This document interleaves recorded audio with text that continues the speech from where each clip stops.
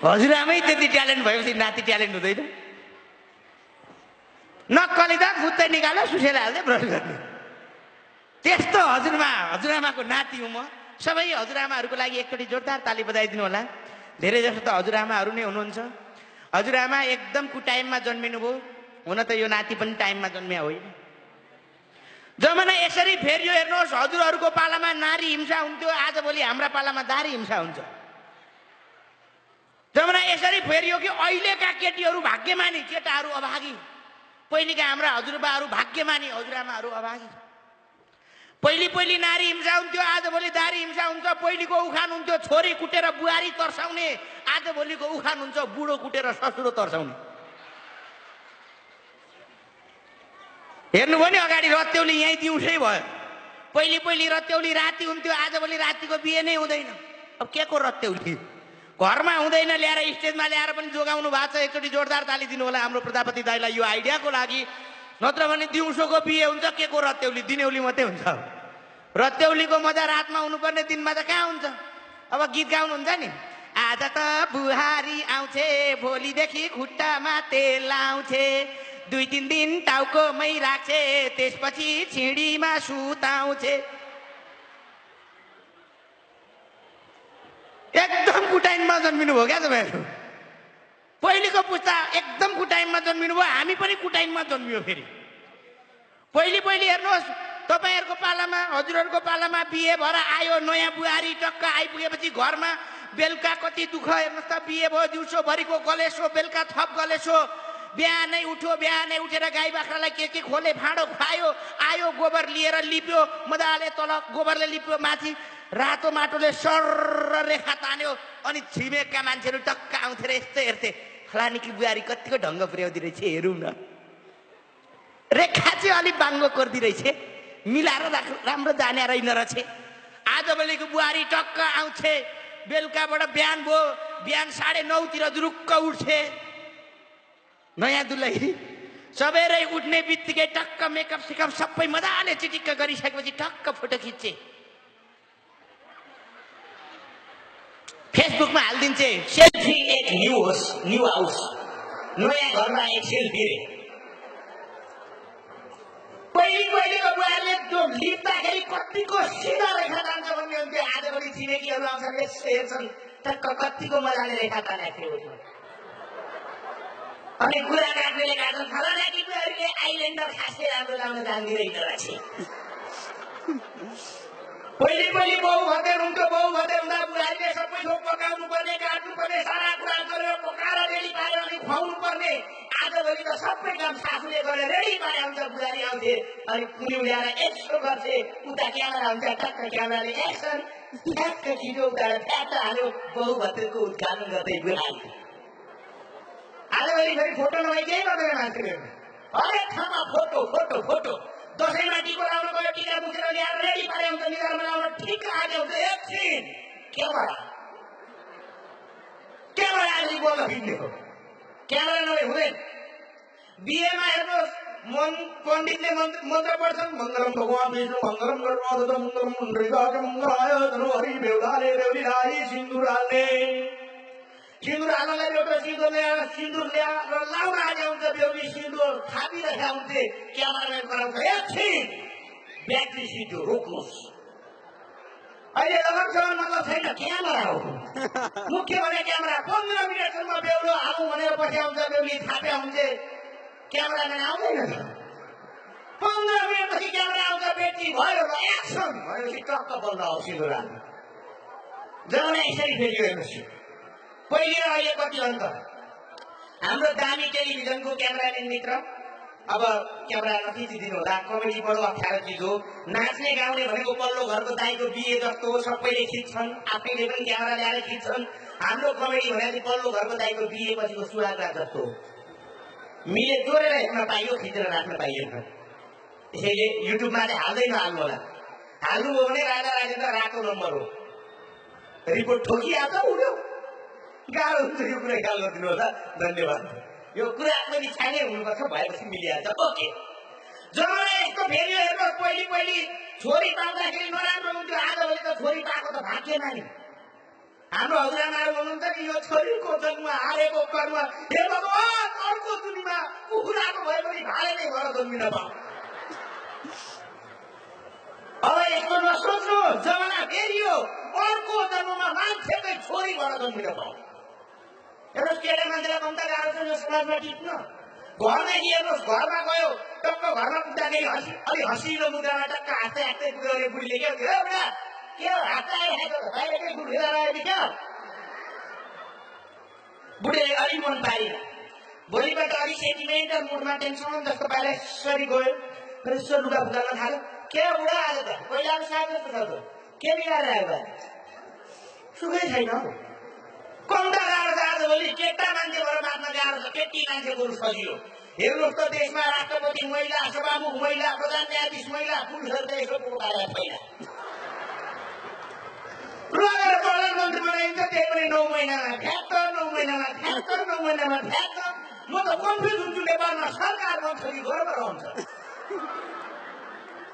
ऋषि देवलाले प्रचण्ड कमरेडलाई सोध्नुभएछ, प्रचण्डजी छ नि आजको दिनमा जनता जान्न चाहन्छन्, सिधा बताइदिनुहोस् कस्तो लागिरहेको छ? प्रचण्ड कमरेडले निश्चित रूपमा प्रधानमन्त्री भएको हो कि गर्भवती भएको हो कन्फ्युज भइरहेको छ। कमरेड प्रचण्ड फेरि को न कि कुमला कारण के भन्दाखेरि प्रचण्ड कमरेडको माला त यति लाउने हो, फोटो खिच्नु पर्यो भने क्यामेराले माथि रूपमा चढेर खिच्ने, तलबाट त अगाडि माला यहाँ हुन्थ्यो। अनि भाषण गर्न जाँदा पनि यत्तिकै जाने, माला खस्दै तल जाँदो रहेछ, हातले यसरी खेल्नु भएन, कुम यस्तो हल्लाउने। मैले निश्चित रूपमा माला खेलेको कि मैले निश्चित रूपमा हाम्रो मान तथा गौरवशाली पार्टी बेला बेला फुलमा भनेको कविताले यति ढोकाइदियो है, टाउको झट्का आउने त्यो कारण मान्छेहरू कुरा नबुझेकोलाई मैले निश्चित रूपमा सजिलो भएर कुम हल्लाउनु भएको होइन। कम्ता गाह्रो छ, कमरेड प्रचण्ड पनि धन्न धन्न चलिराख्नु भएको छ। कति गाह्रो हेर्नुहोस् त, नेता बैमानी तर नभई नहुनु। म भन्दै थिएँ हेर्नुहोस्, महिला हुनु त भाग्यको कुरा हो अहिलेको जमानामा, अलि पहिले होइन। किनभने हजुरहरू त कस्तो हो भने आधा जिन्दगी बुहारतन सहनुभयो, आधा जिन्दगी सासूतन सहनु पर्ने भयो। बडो गाह्रो होइन। अहिले बिहे गरेका सबै आमाहरूको चिन्ता एउटै हो, छोरो जोइटिङले भयो। बडो गाह्रो छ। जसको छोरी छ चित्त नदुखाउनुहोस्, भविष्य उज्जवल छ। किनभने ज्वाइँ जोइटिङले हुन सक्छ, बुहारी जोइटिङले हुनै सक्दैन। त्यसैले छोरी हुनेहरू भाग्यमानी। केटाहरूले हामीलाई एकदम यसले राम्रो भनेर भन्नु होला, राम्रो भने हो। बुढीको कुरा बुढाले मान्छ, बुढाको कुरा बुढीले मान्दिनु भने हो क्या? त्यसो कुरा यस्तो हो नि त। केटा मान्छेहरूलाई हेर्नु त जमाना यस्तो फेरियो, यस्तो फेरियो, यस्तो फेरियो। फेसबुक चलायो, फेसबुकमै केटा र केटीलाई कति अन्तर छ। केटा मान्छेहरूलाई फेसबुकमै टिप्न गाह्रो, एउटा फोटो हाल्यो लाइक 80, केटीले फोटो हाल्यो लाइक 80। फोटो सेम चिज हो। हेर्नुहोस् है, कलङ्कीबाट यता पोखरा आउन आँट्यो केटीले, केटाले फोटो हाल्यो टक्क। Travelling to Pokhara from Kathmandu by bus, photo हाल्यो। कमेन्ट तल के आउँछ, तेरो हैसियत त्योभन्दा माथि के छ? केटीले हाली, have a safe journey, have a nice journey, सादा जीवन उच्च विचारले। प्लेनबाट आउने भयो, केटीले हाली, have a safe journey, wow nice personality. केटाले हाल्यो फेरि एयरपोर्टबाट travelling to Pokhara by plane, तर कमेन्ट आउँछ, पैसा तिर्ने खालको मान्छे त होइन, कसले स्पोन्सर गरिदियो? यतिले चित्त बुझे हुन्थ्यो नि, अझै खर्चिन्छ तल्लो अर्कोले। सादा आयो भने टाउको झ्यालबाट ननिकाल्ने, चरासँग ठोक्केला। जाडो बखालाले सतायो भनेर केटीले हालिन्, गेट वेल सुन, हस्पिटल जानुहोस्, चाँडै निको गर्नुहोस्। केटाले आयो, साथी खाना पायो भन्दैमा धेरै खाने होइन नि, पेट पनि ख्याल गर्नुपर्छ क्या। केटीले मुख चुच्चो गएर फोटो खिच्यो, सेल्फी, वाउ नाइस। केटाले गएर टक्क फोटो खिचेर हाल्यो, अघिल्लो जन्ममा सुगो थिच्यो क्या। कम्ता गाह्रो छ केटाहरूलाई मान्नु अहिलेको समाजमा, बडो गाह्रो छ। हेर्नुहोस् भाषामा हेर्नुहोस्, केटो राम्रो भयो ह्यान्डसम, ह्यान्डसम भने अलिकति केटो राम्रो भयो ह्यान्डसम, केटी राम्रो भयो ब्युटिफुल, फुल भनेको भरि। केटो राम्रो हुँदाखेरि ह्यान्डसम, केटी राम्रो हुँदाखेरि ब्युटिफुल।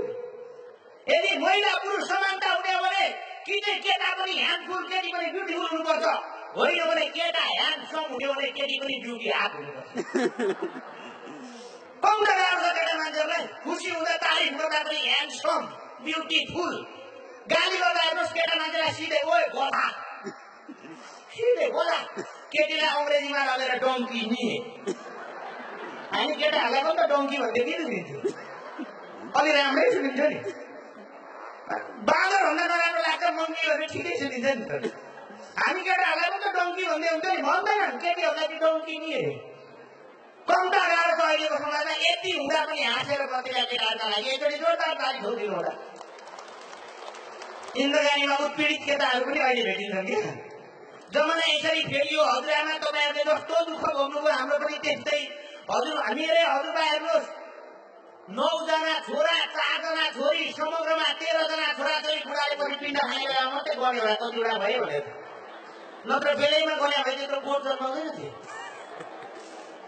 बुढाको पाला आयो, हाम्रो बुढाले मलाई अँगालो मारेपछि ख्याल गर्छु बन्द गरेर त्यो मन्त्र सुनाउने बेलामा। अगाडि त खालि छैन, अरू धेरै माया गर्नुभयो तर अँगालो मायासम्म छैन। मेरो पालो आयो, छोरो जन्म्यो हस्पिटलमा अपरेसन गरेर, बुढी बेडमा थिए, छोरो साइडमा छ तलतिर, एकछिन भयो छोरो रुन्छ, बुढी कराउँथे बाबा हेर्दैछु पिसाब गरेछ हौ, होइन छिटो फेर्नु चिसो लाग्छ, हत्ता फेर्दो। एकछिन भयो फेरि रुन्छ बच्चा, बुढी कराउँथे बाबा हेर्दैछु दिशा गरेछ छिटो फेरिदिनु चिसो लाग्छ। नाक खुलेरै फेर्नु पर्ने, कति गराउँदो रहेछ हजुरआमा, तपाईँहरूले कति दुःख भोग्नु भएको छ मलाई थाहा छ, र अहिलेका पढेका केटाहरूलाई पनि थाहा छ। पहिलेका हाम्रा बाहरूलाई र हजुरबाहरूलाई थाहा भएन तपाईँहरूले कति दुःख गर्नु, अहिले हामीले त्यही दुःख पाएका छौँ, अहिले थाहा छ। अलि एकछिन भयो बच्चा सुत्छ कि भनेर यसो ढकाउन लाग्यो भने फेरि बच्चा गयो, बुढी कराउँथे बाबा हेरेको खै दिशा पिसाब त केही गरेको छैन, त्यसो भए भोक लाग्यो होला दुध खुवाउनुहोस्। हजुरबा बेलामा जन्मिनु, अहिले त बच्चालाई पाउने दुध खुवाउँछ पोकाको,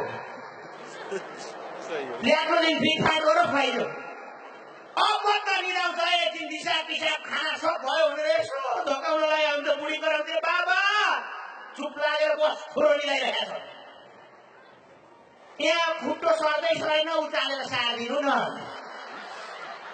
अपरेसन गरेको नगरेर घरलाई उचालेर खुट्टो पनि सार्नु पर्यो। नगरा यस्तो आयो, यति हुँदा पनि खप्नु परेको छ, सहनु भोग्नु परेको छ। अहिलेको केटाहरू खास हुनुपर्ने यस्तै हो, भइरहेको छ संसारभरि यही हो। तर हामीलाई कि हिमालमा जन्मेर तराईमा बसाइसकेको जस्तो हजुरबाहरूले मासु भात खाएको हेरेर आफू ढिँडोको रूप पर्छ। अहिले गर्नु न बेलामा जन्मे बुढा भाग्यमानी, साह्रै भाग्यमानी। अहिले हाम्रा पारमा जन्मे भए अर्काका दुःखमा हाल्न त सजिलो छ नि। यत्रो दुःख भएर दुःख कथा सुनाउँछु, बुढा मान्छेहरू खायो केटाहरू खुसी टाइपको नि। कस्तो गाह्रो समय यसरी पल्टा खान्छ भन्ने कसलाई लागेको, त्यस्तै जाने भएको म बिचमै नजन्मिँदै फर्किँदै। अब अहिले पहिले हजुरआमाहरूको जस्तो हाम्रो पनि अहिले के हो, अब अर्को जन्ममा चाहिँ कुखुराकै भए पनि कोथेली भएर जन्मियो। खाने केटाहरू माराएको कठै भइरहे, जे भए पनि श्रीमान श्रीमती महिला पुरुष सबै हामी एक नाचको एकचोटि जोरदार ताली सबैको लागि आफ्नो लागि बजाउनु होला। यहाँ हुन्थ्यो